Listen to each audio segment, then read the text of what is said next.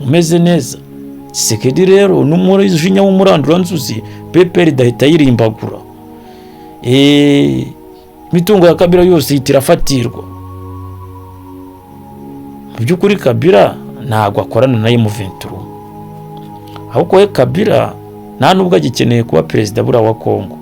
Kabila icyo akeneye yumva neza icyo M23 irwanira, akifuza yuko M23 ishobora kuba yatsindira ibyirwanira, yarangiza agiriwe amahirwe wenze M23 bakayibwira ati fata Nord Kivu na Sud Kivu bigenzure, gusa na Kongo izagira ijambo aho hantu. Ariko abarimwe muhakotorera mwebwe nka M23, Kabila bavuga ati wenze nahita nangira business yanjye ngashora amafaranga akajya ku yandi, kuko nawe niyariye nabi. Niyo mpamvu ubona ba Elon Musk bakora iminsi mikuru y'ababosi bakamuhamagara Joseph Kabila akubwira ati ngwino dusangire. Nawe si yariye nabi, yarabanye.